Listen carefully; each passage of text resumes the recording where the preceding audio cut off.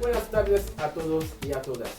Ya llegamos en tu casa para divertirte, para comunicar.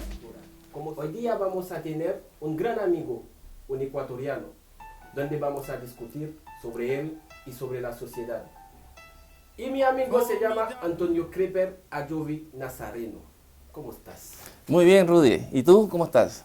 Es un gusto para nosotros de tenerte aquí hoy día. El gusto es mío poder venir aquí a hablar contigo. He visto tus programas. Aprovecho para felicitar el trabajo que estás haciendo. Y bueno, prestos aquí a responder tus inquietudes, ¿no? En la medida de lo posible. Antonio Creper Ayoví Nazareno es un historiador general, tiene un magíster en ciencias sociales, también es escritor, ya tiene 2 libros en el mercado. Vamos a hablar de esto también. También es columnista del diario Universo de Ecuador. Es un tipo muy ocupado. ¿Es verdad o no es verdad? Sí, Hoy ahí... Antonio tiene tiempo para divertirse. No, siempre hay tiempo, Rudy. Siempre queda algo para divertirse porque si no terminamos locos, ¿no? Pero todo lo que tú has dicho está bien. En estos momentos ahí trabajando, laborando y bueno, y colaborando en lo que pueda con ustedes, ¿no? Sobre todo nosotros como migrantes acá en Chile. Bueno, amigo, primero que todo tengo que felicitarte por la fiesta patria de Ecuador que pasó el 10 de agosto 1809. ¿Puede hablar un poco sobre este tema? Bueno, el 10 de agosto de 1809, como tú lo has dicho, Rudy, se celebra el primer grito de independencia, no solamente ecuatoriana, sino es el primer grito de independencia americana, ¿no? Esto se da en la fecha que tú acabas de mencionar, en la capital, Quito, por lo cual es conocida como Quito Luz de América. Es una gesta histórica que da los primeros pasos para los años subsiguientes de lucha por lograr la independencia de nuestro país, ¿no? La cual se conquista el 24 de mayo de 1822 en la batalla del Pichincha. ¿Y cómo lo celebraste afuera de Ecuador? Bueno, te puedo decir que en lo personal lo pasé tranquilo. Generalmente estas fiestas para mí son más momentos de reflexión,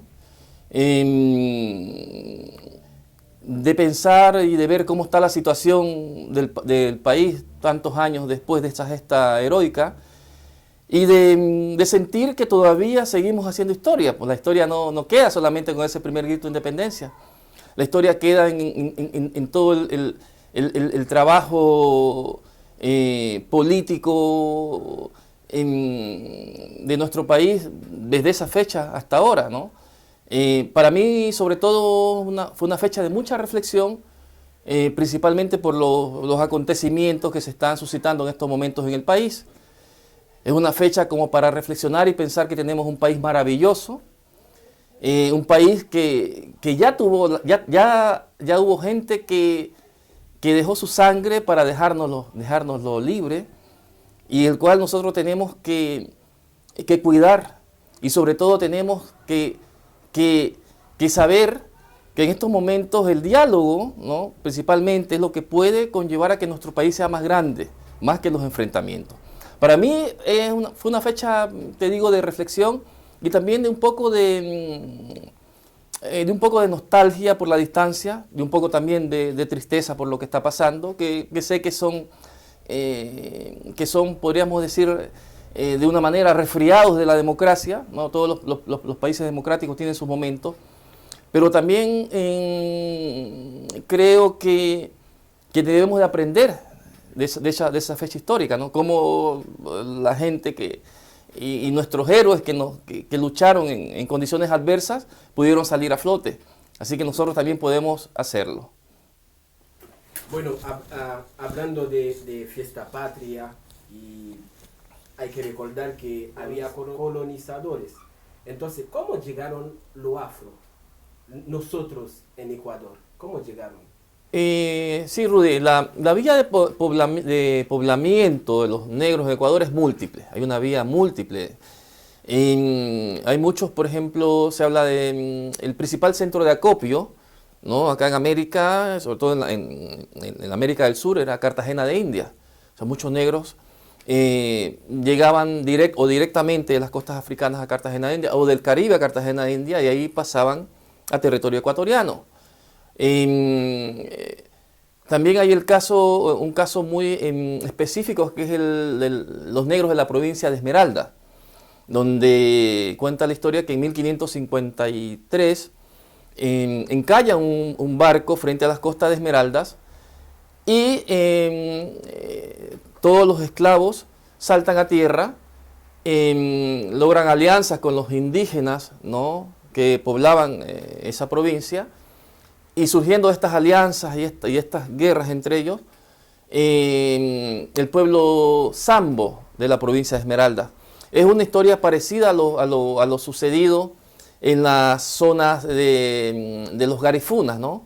Los garifunas en lo que es en la zona de Nicaragua, Costa Rica, El Salvador, México, por esos lados. También el surgimiento de ellos es similar a lo ocurrido en la provincia de Esmeralda. Para responder a tu pregunta, la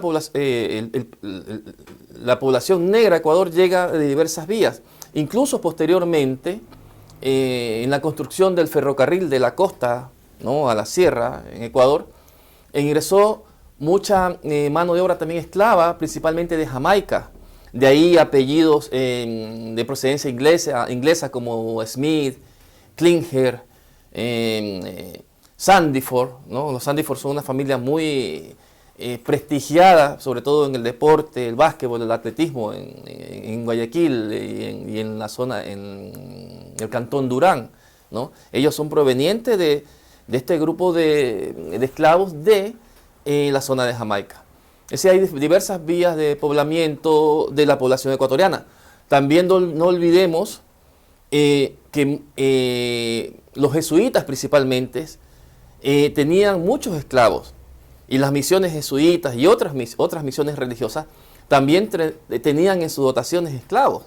También incluso algunos, como los jesuitas, comercializaban esclavos. Entonces este libre tránsito por América también facilitaba que ellos, a la venida a estas tierras, pudieran también traer esclavos africanos, ¿no?, o esclavos bozales o esclavos ladinos, ¿no? Los esclavos bozales, aquellos que no conocían el idioma del conquistador, y los esclavos ladinos, aquellos que ya conocían uno de los idiomas del conquistador. Entonces, también eso pudo haber también favorecido en el caso de los esclavos de origen inglés, ¿no? Ya hablaban el inglés. Los esclavos de origen español hablaban el español, eran negros ladinos. Y en este momento que estaba dando la respuesta, me vi en mi historia, porque el tema de los esclavos bozales nació en Haití, por los franceses, porque los bozales eran los que trabajaban en los campos. Efectivamente. En los campos de las plantaciones. Exactamente. Y también Haití tenía un canal estrechamente entre Jamaica, porque salían esclavos de aquí, de Haití hacia Jamaica, de Jamaica también hacia Haití. Y sobre todo por la cercanía de ambos países. La isla, exactamente. Y ahí salió Bookman, un tipo histórico de nuestra historia, que nació en Jamaica y fue el iniciador de la lucha. Pero bueno, vamos sí, a hacer la historia es tan amplia que no tenemos para hablar. Exactamente. Y por eso siempre digo que los haitianos o los afros siempre andaban en América. Andaba en América, si dimos cuenta del pacto que tenía entre Simón Bolívar y el Petión. Alexander Petión para el tema de la liberación de los esclavos. Exactamente. Entonces, ahora para ti, ¿cómo ves la palabra negro y afro? Porque yo sé que en los tiempos anteriores había mucha lucha por esa palabra racista. Entonces, para ti, ¿cómo lo ves? De hecho, hay países que ya no se puede hablar de negro por tanto sufrimiento que había en tanta época. Entonces, para ti, ¿cómo ves esta palabra, negro y afrodescendiente? Este tema, Rudy, ha sido muy polémico, ¿no? De hecho, yo estuve en el año 2000, aquí cuando todavía existía el edificio el Diego Portales, estuve en la Conferencia Mundial contra la Discriminación, el Racismo, la Xenofobia que organizó las Naciones Unidas. Y es precisamente en esa convención mundial donde se acuña el término afrodescendiente en detrimento del término negro, que muchos consideran peyorativo y un sinnúmero de argumentos. Te cuento, Rudy, que yo fui una de las personas, y en Ecuador mucha gente es testigo, que me paré y dije, no, pues no, ¿por qué eliminar el término negro? Si podemos luchar buscar reivindicaciones políticas, resaltando nuestro color, luchando con el color que tenemos. Sin embargo, se optó, y la mayoría de todo, bueno, había representantes de todos los países, optaron por introducir en la declaración la eliminación del término negro y cambiándolo por el término afrodescendiente, que es un término que conlleva la visibilización política de la problemática, ¿no? Con esa intención surge el término afrodescendiente. Aunque yo personalmente sigo sosteniendo que se hubiese civilizado políticamente, igual el problema defendiendo el concepto de la negritud, el concepto negro. Negro viene de negritud. Negritud es un concepto acuñado por Aimé Césaire, Leopold Senghor, Damas, que es un concepto de sentirse orgulloso por el color con el cual vinimos. Pero bueno, yo creo que ya no es para polemizar mucho en el término. Hay mucha gente que todavía dice, yo soy negro, nací negro, sigo siendo negro. Yo creo que más en estos momentos se debe unificar las luchas, porque al final de cuentas, si uno se pone a analizar más a fondo el tema, todos los negros, ¿no? Los negros somos afrodescendientes, ¿no? Y los afrodescendientes ecuatorianos, en su mayoría igual son negros. O sea, hay un tema ahí, más que todo, podríamos decir, de términos, pero la lucha es la misma. Yo creo que somos 7% de ecuatorianos, de afroecuatorianos, pero más que el 7% de afroecuatorianos, creo que tenemos que pensar en el 100% de los ecuatorianos, ¿no? O sea, el tema no es cuántos somos de tal color y cuántos somos de otro. No, somos 100% de ecuatorianos. O sea, este tema de los colores y de la descendencia hay que dejarlo a un lado. Somos ecuatorianos. Y eso es lo importante, eso es lo que hay que recalcar. Bueno, 17 años acá en Chile, viviendo en Chile. ¿Para ti hay inclusión? ¿Hay inclusión entre el pueblo migrante y la comunidad chilena? O sea, podríamos hablar de que pueden existir casos aislados de inclusión, pero una inclusión de los migrantes, ¿no? En sentido general, aquí en la sociedad chilena no lo veo, no lo veo desde ese punto, no lo veo viable por diferentes factores. Tengamos presentes que la sociedad chilena tiene sus problemas específicos. La sociedad chilena tiene problemas de inclusión de su propia gente. Acá en Chile hay problemas de inclusión del pueblo mapuche. Entonces, si la sociedad chilena no ha resuelto el problema de inclusión de las comunidades mapuche, ¿cómo nosotros podemos pensar que estén resueltos los problemas de inclusión de los migrantes, los que no pertenecemos acá, ¿no? Pertenecemos porque tomamos la decisión de pertenecer. Y ahora, ¿puede dar la diferencia que existe entre multiculturalidad e interculturalidad? Mira, acá en Chile Hace poco se empezó a hablar de estos conceptos, ¿no? De multiculturalidad, de interculturalidad. Yo no los había escuchado hasta la interpelación del ministro Peñailillo. Me acuerdo que en esa interpelación, que fue hace, si no me equivoco, hace un año más o menos, o un año y un poquito más, él mencionó la palabra multiculturalidad varias veces, diciendo de que Chile tenía que aceptar que era un país multicultural y que había que aceptar la realidad de las comunidades mapuches específicamente en el sur, ¿no? Y bueno, y a nivel nacional. Los términos interculturalidad, multiculturalidad, últimamente están sonando mucho en América Latina a raíz de las constituciones de Bolivia y Ecuador, quienes en estos términos son como parte del proyecto institucional, ¿no? Del proyecto de desarrollo. La interculturalidad vista como esa interrelación entre las diversas culturas, ¿no? Esa interrelación, esa convivialidad y hasta cierto punto la intervención de una cultura en otra y así recíprocamente, ¿no? Mientras que la multiculturalidad está vista sencillamente como la aceptación de las diversas culturas. Es decir, aceptar que en un territorio determinado conviven diversidad de culturas. Pero la multiculturalidad no condiciona una interculturalidad, no condiciona una interrelación. La multiculturalidad solamente te condiciona una aceptación.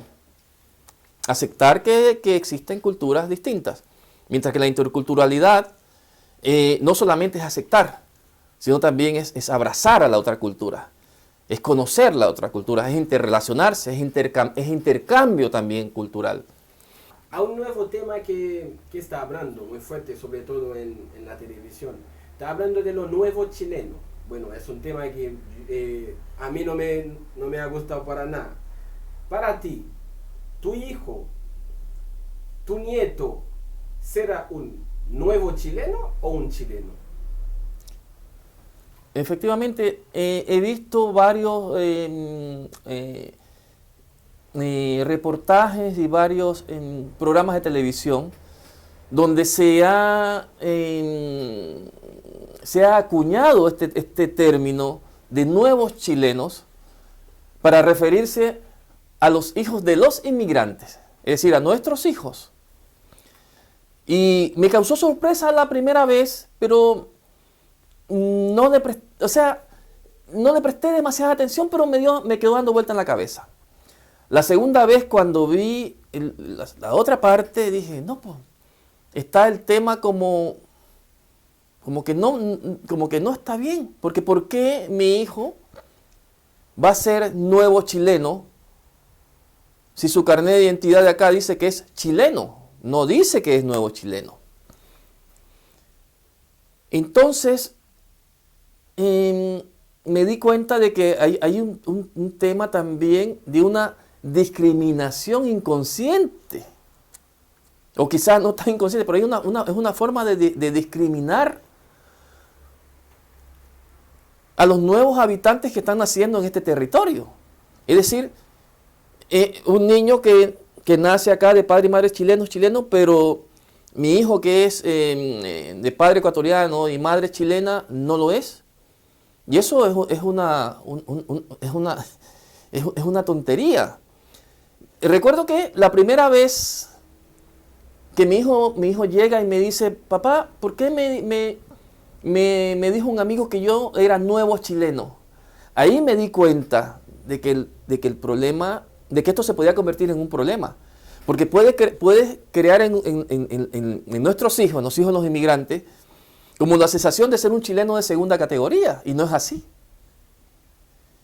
Entonces yo le dije, no, hijo, su carnet dice que usted es chileno, usted es 100% chileno, y usted está registrado en el consulado de Ecuador, y usted también es 100% ecuatoriano.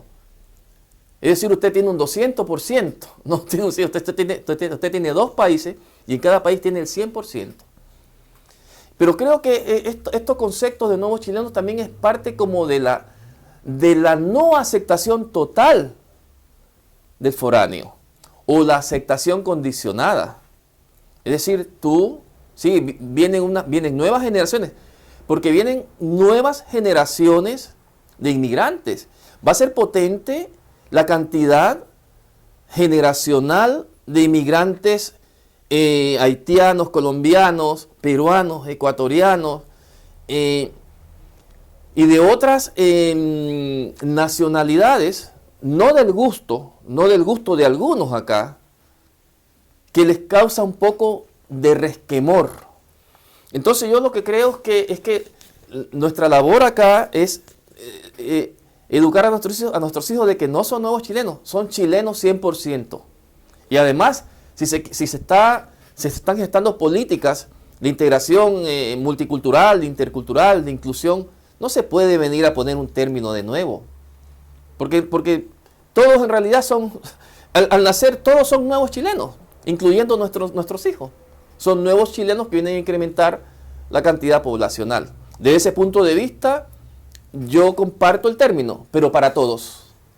Sí, en este tema estaba hablando de discriminación inconsciente, pero siempre acá ha tocado que los chilenos son clasistas, y algunas personas son discriminadores, pero para hablar del tema, para ver la sociedad en sí mismo, porque recién usted mencionaba que el chileno tampoco no aceptaron sus raíces como los mapuche. ¿Es verdad que podemos decir que sí existe discriminación o no acá en Chile? Efectivamente, Rudy, como en todas partes, acá en Chile también existe discriminación y racismo. Pero hay que tener en cuenta los tipos de discriminación y racismo, ¿no? Y sobre todo, el por qué. Hay un racismo implícito en muchos casos, como Van Dyck, ¿no? Alguna vez hablaba del racismo de la prensa, ¿no? Y el racismo de la prensa de Van Dyck yo lo he visto acá en Chile, principalmente en la exageración de las noticias, cuando por ejemplo hay actos delincuenciales hechos por inmigrantes. Y sobre todo lo recalcan más cuando ese inmigrante es un negro, ¿no? Y quizá tiene que ver un poco con que el negro hace muchos años, hace unos cuantos años atrás, era considerado un elemento acá como hasta cierto punto exótico. Hace 17 años cuando yo llegué, habíamos pocos negros, entonces el negro era como un elemento exótico. Y ahora quizás esta forma de mostrar al negro en los actos delincuenciales es como para bajarlo de esa categoría que tuvo hace muchos años y llevarlos a un punto de menor categoría, podríamos decir, o equilibrarlo mostrarlo como que el negro también es delincuente. Y por otra parte también hay una cierta manipulación en el lenguaje de la prensa, en algunos programas de televisión, como por ejemplo, ahí está el sociólogo, el periodista, que muchas veces habla o dice, nosotros no nos comparamos o no queremos compararnos con los vecinos del barrio, con los países bananeros, como a veces nos llama. Y al hablar de países bananeros, entre comillas, está hablando de países salvajes, ¿no? Es decir, de las migraciones latinoamericanas, ¿no? De países para él tercermundistas. Entonces, este lenguaje llega inconscientemente a la gente y la gente en muchos casos nos ve a algunos inmigrantes como una competencia. Porque la migración nuestra, la migración negra, la migración de los últimos años, no es una migración de gente que viene con dinero, con capital para invertir, como migraciones anteriores. Son migraciones que vienen buscando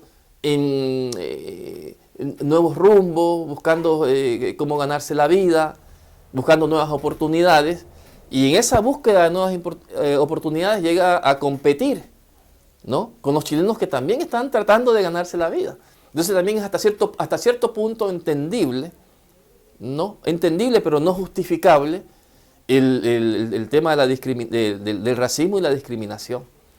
Y sobre todo cuando el chileno también, el chileno común y corriente, ¿no?, como se dice acá, el chileno de a pie, ya tiene, podríamos decir, inyectado un poco en su mentalidad esta cuestión racista y clasista. Y la tiene inyectada a través de su propia gente. El racismo que existe contra las comunidades mapuche. Y también, en muchos casos, promovido por algunas actitudes de la prensa, donde muestran al mapuche como el incendiario, como el salvaje, y no como el autóctono que lucha por recuperar sus tierras, ¿no? Entonces, si el autóctono que lucha por recuperar sus tierras es discriminado y es víctima del racismo, imagínate los que venimos de afuera, que no tenemos tierra y que venimos a ganarnos la vida, vamos a también ser discriminados y ser objeto de prácticas racistas. Lo que pasa también, la gente aprende de su superior. Es un problema grande porque pasó un caso del jugador venezolano donde lo gritaron de Rentería. Y salió el alcalde de Alto Hospicio diciendo que no basta que un negrito... Que un negrito lloraba para que todo el mundo salte. Imagínate, entonces la gente va aprendiendo de su superior. Va reproduciendo. Va encima de una persona que está en cargo de una función pública. Es algo grave. Entonces, para ti, ¿cómo ve tu aporte en la sociedad chilena? Bueno, yo creo que en estos años he aportado a la sociedad chilena a través de la crítica que puedo hacer de la misma, producto del análisis y la observación constante que he hecho, ¿no? Yo generalmente siempre estoy con los ojos bien abiertos, analizando todas las situaciones. El aporte también para la sociedad chilena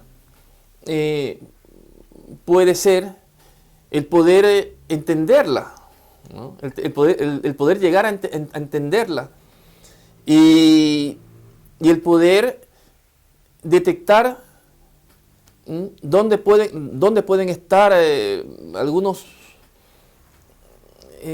situaciones que pueden ser corregidas, que pueden ser enmendadas.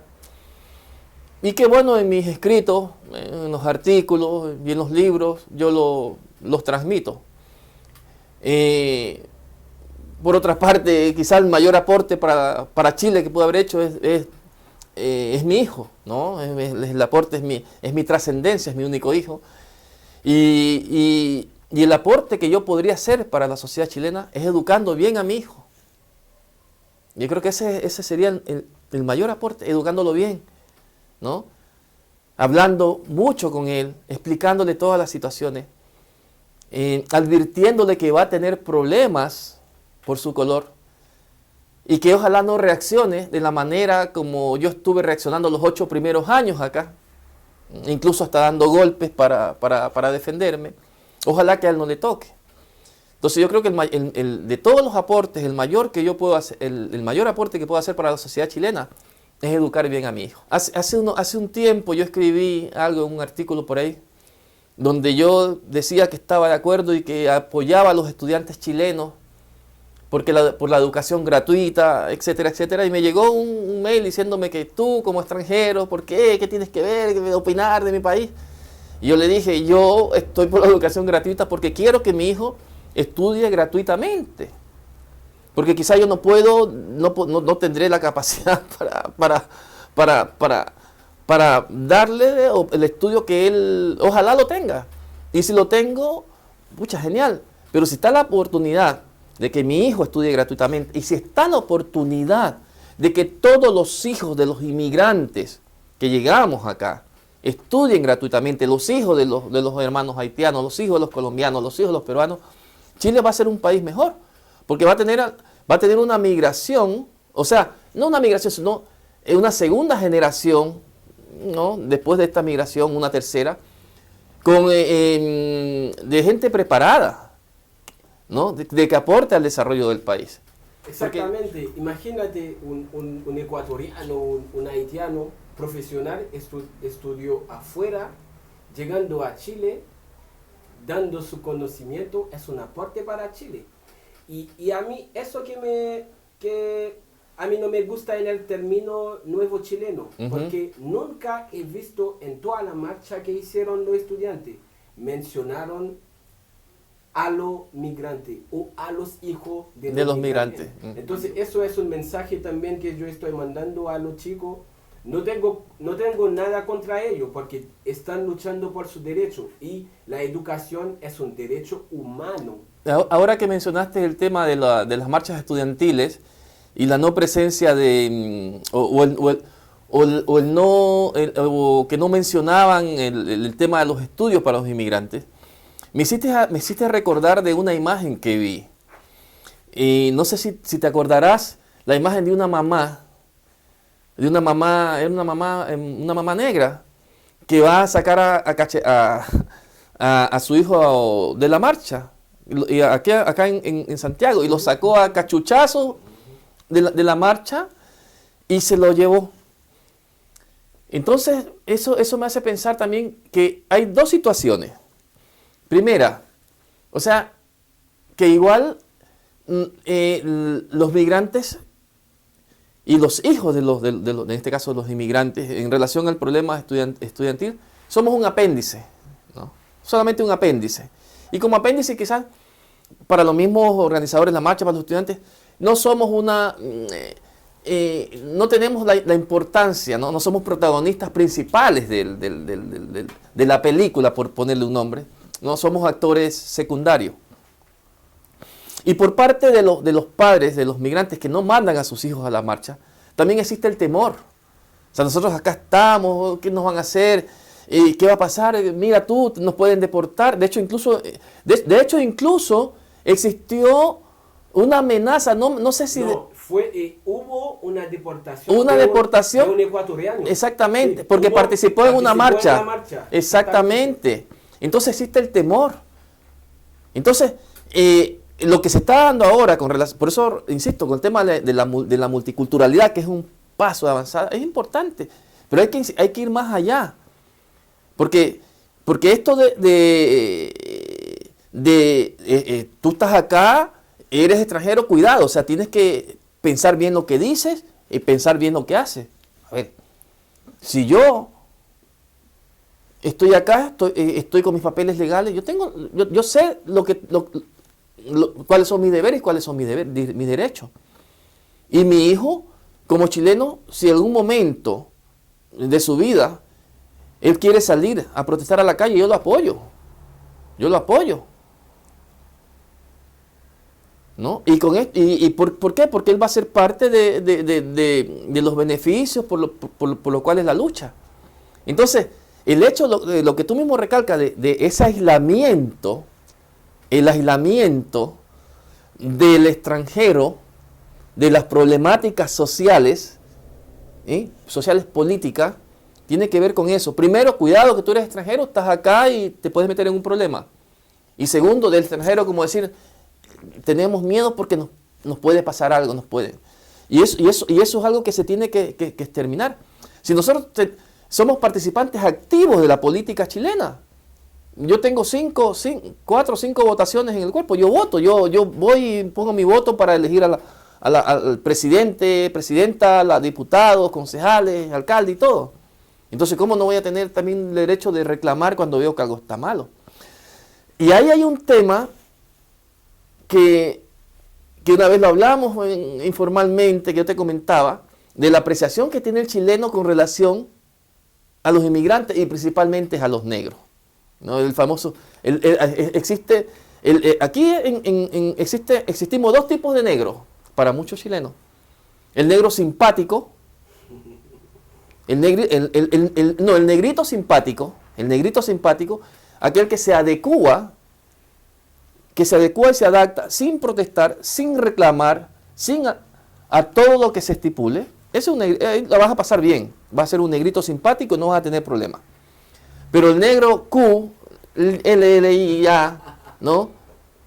Ese es aquel que no se adapta a esto, aquel que reclama, aquel que en el trabajo dice, no, pero no, ese es un negro Q, y tú sabes lo demás. Le ponen, entonces, es la percepción de muchos chilenos. El chileno se te acerca. Si le caíste bien, eres un negrito simpático, pero si le caíste mal por algo, eres un negro. Y yo, en ese sentido, siempre he tenido problemas porque yo tengo la lengua muy larga. Y el tener la lengua muy larga en este país es complicado. El decir siempre lo que tú piensas, sobre todo acá, es complicado. Pero yo lo digo. Y para muchos yo soy un negro, ¿no? Pero tengo la libertad de decir lo que pienso y punto. Y hay muchos extranjeros que se cohíbe de decir lo que piensa precisamente por eso. Bueno, de ahí estoy de acuerdo contigo, porque a veces yo soy el negro simpático, también soy el negro Q. El negro Q, hay que... Lo que estaba diciendo. No sé, es verdad, porque es un temazo. Y yo voy a aprovechar de decirlo a los chicos, no me importa que me deportaron mañana o hoy día, porque el momento que los estudiantes incluyen a los migrantes en la marcha o no sé, en su plan de educación gratis. En todas las proclamas. En todas las proclamas va a ser algo popular. Yo no voy a decir que aprovechen de los migrantes, no. Pero que ellos tienen un plan para integrar, para incluir a los migrantes. Y será fabuloso desde la vista del mundo y de los chilenos. Bueno, es un consejo para usted. 17 años acá en Chile, 2 libros y también tiene un libro en curso. Es algo para ti, escritor, maravilloso. ¿Cómo tú lo vives? Sí, Rudy, pero antes de responderte a la pregunta, iba a hacer como una pequeña acotación a lo que manifestaste. Hay que tener bien en claro una cosa. Cuando tú hablas de que los estudiantes en sus proclamas incluyan a los inmigrantes, hay que tener en cuenta que acá en Chile habemos 2 tipos de inmigrantes. Y quizás más, pero lo más específico 2. O sea, el problema de la migración no solamente es un problema legal, migratorio, no es un problema solamente migratorio, es un problema social, es un problema de clases también. Yo hablaría de una internacionalización de la lucha de clases. Es decir, hay 2 tipos de inmigrantes. El inmigrante de familias acomodadas, el que viene de familias pudientes, ¿no? Y los inmigrantes de familias de escasos recursos como somos nosotros, es decir, de países que venimos por una necesidad, ¿no? Y no a nivel de inversión, ni de vamos a vivir a Chile con capital. Nosotros no venimos acá con plata, con capitales. Venimos a esforzarnos también, a levantarnos a las 5:30 de la mañana, a trabajar, a tratar de llevar el sustento también diario a nuestra casa. Es decir, el problema de la migración también es un problema también que tiene que ver con de clase, un problema clasista, un problema social muy fuerte. Y ese mismo, los problemas que tenemos allá, ¿no? Los traspolamos acá. Y acá se sobredimensionan porque tenemos menos derechos que en nuestros países. Tenemos menos derechos. Y eso hace de que la lucha sea más fuerte, sea más dura, ¿no? Y mucho más dura para aquellos que no tienen las herramientas para defenderse. Hay mucho inmigrante acá explotado, maltratado, pisoteado. Hay mucho. Hay mucho. Y otra cosa también que hace, que demuestra la marcha, de lo que tú decías, es que los inmigrantes acá, de bajo presupuesto, para ponerle un nombre, o inmigrantes de migraciones económicas, no estamos tampoco visibilizados en relación a nuestras reales problemáticas. Porque si estuviésemos visibilizados, también hubiésemos estado visibilizados en las marchas. Porque la marcha es un termómetro de la sociedad. Las marchas no solamente fueron estudiantiles, esas marchas se convirtieron en movimiento social. Y en ese movimiento social no estuvimos representados nosotros. Entonces eso significa que no estamos visibilizados. Así como los afrodescendientes tuvieron que llegar a eso, a tratar de buscar un nombre para visibilizarse políticamente.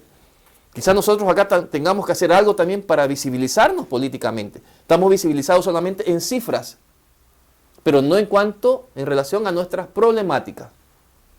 Acá en Chile saben cuántos ecuatorianos sabemos, cuántos haitianos, cuántos colombianos, cuántos peruanos, cuántos de todo. Pero no estamos ni siquiera visibilizados en las problemáticas reales.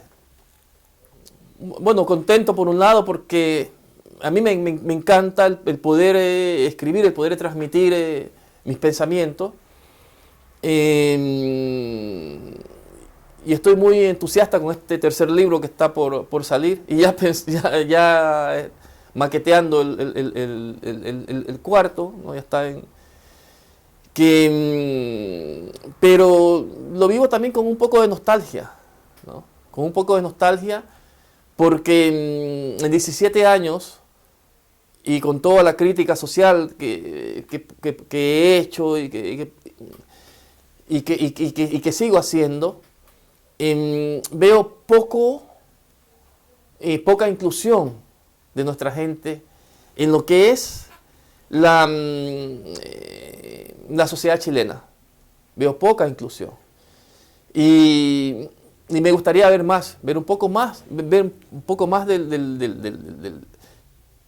inmigrantes, de afrodescendientes, de negros, incrustados dentro de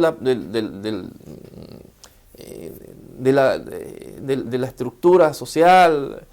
Me gustaría verlos qué sé yo, de una forma más incluso representativa en algunos casos. Recuerdo que en el último seminario que de la Universidad de Chile, de migración y racismo, la piel como marca de la migración, dirigido por la doctora María Emilia Tillú, en el cual asistimos los 2 días, tú también estuviste presente. Recuerdo unas palabras del delegado de migración, no me recuerdo el nombre, pero recuerdo perfectamente cuando dijo, en estos momentos tenemos, empezamos a incluirlos dentro de las actividades a los inmigrantes y tenemos en estos momentos a un haitiano que trabaja con nosotros en migración. No sé si recuerda. Es decir, el hecho de que ya haya un haitiano trabajando en migración es bueno. Es muy bueno, pero deberíamos haber más.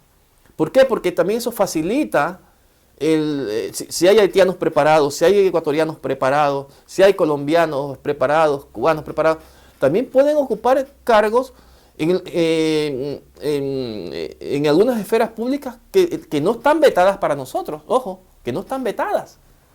Los extranjeros acá, cumpliendo ciertas normas, siendo residentes definitivos, todo, podemos ocupar ciertos cargos públicos, como el haitiano que está en inmigración. Deberíamos haber más en cargos específicos, en lo cual podemos colaborar, podemos ser interlocutores interculturales. Bueno, vamos a terminar, hay mucha cosa que hablar, pero quiero que usted mencionaba los nombres de tus libros. Y no sé si puede también nombrar al tercer libro que está en curso, por favor. Bueno, el primer libro que escribí acá se titula Un clavel negro para Jesús, ¿no? Que es un libro, una mezcla un poco entre ficción y crítica social política de 1973, el golpe de Estado, el papel de un inmigrante negro viviendo el golpe de Estado. Un libro de crítica social, pero con bastante, un poco de comedia, de ironía, ¿no? Y el segundo libro que publiqué acá se titula El éxodo de los malditos. El éxodo de los malditos es un libro que grafica la migración, esta migración fuerte de ecuatorianos que se da en el año 1999-2000, precisamente por los conflictos políticos de gobiernos anteriores. Y ambos libros, bueno, fueron presentados en la Feria del Libro de Guayaquil del año 2012, ¿no? y también publicados en la Feria del Libro de acá de Santiago de Chile. El libro que estamos terminando ahora con una amiga mía, Jenny, ella es Jenny Rakovic, psicóloga clínica social, y el libro trata precisamente de los temas que hemos hablado hoy, ¿no? Y también trata un poco de mi tesis de magíster, ¿no? Que tiene que ver sobre el tema del racismo, la discriminación, interculturalidad y todo eso. Y este libro que estamos ya próximos a terminarlo, trata precisamente de un negro que durante los 8 primeros años de su estadía acá tuvo varias agresiones en la calle por temas racistas, sobre todo en la época en que había los grupos neonazis acá era orden del día. Y los 8 años que tuvo que defenderse, incluso dar golpes, y lo compara con los 8 años posteriores en los cuales ya no ha tenido que dar golpes, a pesar de que subsisten los mismos conflictos. Entonces, como que entendió que la forma de resolver el tema ya no eran los golpes, sino entendiendo, porque como que llega a la conclusión de que el racista no es una mala persona, sino que es un enfermo. Entonces lo ve como un enfermo y por lo tanto no hay que pegarle. Hay que educarlo, y hay que educarlo con la palabra, de otra manera. Es un trabajo muy... Y ahí en los intertantos, Jenny hace sus análisis psicológicos, clínicos, y ahí estamos haciendo algo entretenido para tratar de sacarlo, si Dios quiere, en unos 3 o 4 meses, ¿no? Bueno, ¿y te sientes feliz haciendo este trabajo con tu vida? ¿Estás feliz? A mí me gusta lo que hago, me gusta el estar investigando, el estar observando. Me gustaría que las cosas fueran diferentes, principalmente, y los pongo en primer lugar para el pueblo autóctono acá, que para los hermanos mapuches, y también para nosotros. Me gustaría que las cosas fueran diferentes. Porque mucha gente, y aprovecho para viendo las cámaras, mucha gente en mi país y en otros lugares, piensa que el inmigrante siempre tiene una vida como bien divertida o cosa de pura fiesta, y no es así. El inmigrante sufre también. No solamente sufre la distancia, no solamente sufre la nostalgia, también sufre situaciones propias, se involucra con la política del país, se involucra con los temas sociales, ¿no? Y en ese involucramiento también empieza a sufrir. Es decir, tiene un doble sufrimiento. Tiene el sufrimiento que dejó en el país de origen y tiene el sufrimiento del país en el cual vive. Porque el inmigrante nunca se olvida del país de origen. Y ese sufrimiento es peor. Porque acá por lo menos uno está palpando la realidad, pero hay situaciones de allá y el inmigrante empieza a tener dos vidas, la vida que dejó y la vida que tiene en ese momento. Mira, el día sábado, por ejemplo, fui a ver con mi hijo los 33, ¿no? No tenía muchas ganas de ir porque mi hijo me dice, papá, quiero ir a ver los 33. Él tenía 5 años cuando sucedió lo de los 33. Y yo le digo, pucha, no le puedo decir que no. Él no recordaba los sucesos. Yo recuerdo los 69 días completos, pues, toda la tensión, toda la emoción, todo lo que vivimos. Sin ser chilenos, nosotros sentimos igual todo lo que se vivió acá. Y bueno, al final con mi hijo terminamos como llorando en la película. Tú te involucras también con el país donde vives. Y ahí tú te das cuenta de que los sentimientos son bien complicados, ¿eh? bien difíciles. Y para responderte a tu pregunta, alguien por ahí dijo de que no existe la felicidad. No me recuerdo quién por ahí lo dijo, porque no existe la felicidad, sino que existen momentos de felicidad, ¿no? La felicidad como tal, así, total, no existe, hay momentos de felicidad. Y yo, bueno, en este país he tenido momentos de felicidad, he tenido muchos momentos de felicidad. también he tenido momentos de los otros, ¿no? También he tenido momentos de los otros. También he tenido momentos como el terremoto de febrero del 2010, el mismo año del tema de los mineros.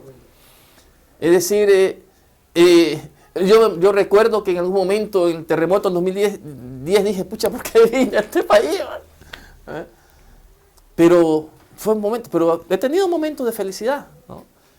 Y lo que sí quiero, lo que sí me gustaría para todos mis hermanos, lo que me gustaría para mi hijo, lo que me gustaría para tu hijo, para el hijo de todos los migrantes y para los hijos de todos los chilenos y de todos los hermanos mapuches que están luchando en el sur, que los momentos de felicidad sean más. Bueno, estoy muy de acuerdo con lo que estaba diciendo. Nosotros somos un aporte, porque yo vi en el aluvión que pasó en el norte, había colombianos, ecuatorianos, ayudando a limpiar a los chilenos la calle, la casa. Entonces nosotros somos parte del Chile, de este mañana, de este hoy y del futuro. Somos parte de ello. Entonces fue un placer para nosotros de tenerte acá, estimado, y siempre la casa es tuyo. No sé si tú tienes una última palabra, la casa es tuya, y cuando quieres, la puerta de ANI-TV y de Discutamos está abriendo. Rudy, yo agradezco que me hayas invitado. Cuando quieras hablar sobre estos temas, tú sabes que yo estoy abierto a conversar contigo. Me encanta tu trabajo, te felicito. Así que dale para adelante, mi hermano, y tenemos mucho que hacer acá. En lo intercultural, en lo multicultural, nosotros tenemos que llevar la voz cantante. Somos los que sabemos el tema. Gracias a mi público que está siempre aquí apoyándonos. Gracias a MAM, Movimiento Acción Migrante también, que está haciendo un esfuerzo. Buena. Crear Production, ANI-TV. Siempre vamos a estar aquí. Gracias, chao, nos vemos. Je t'ai pas insulté, je suis poli, courtois et un peu fort bourré. Mais pour les mecs comme moi, j'avais autre chose à faire. Hein. M'auriez vu hier, j'étais formidable. Formidable. Tu étais formidable, j'étais formidable. Nous étions formidables.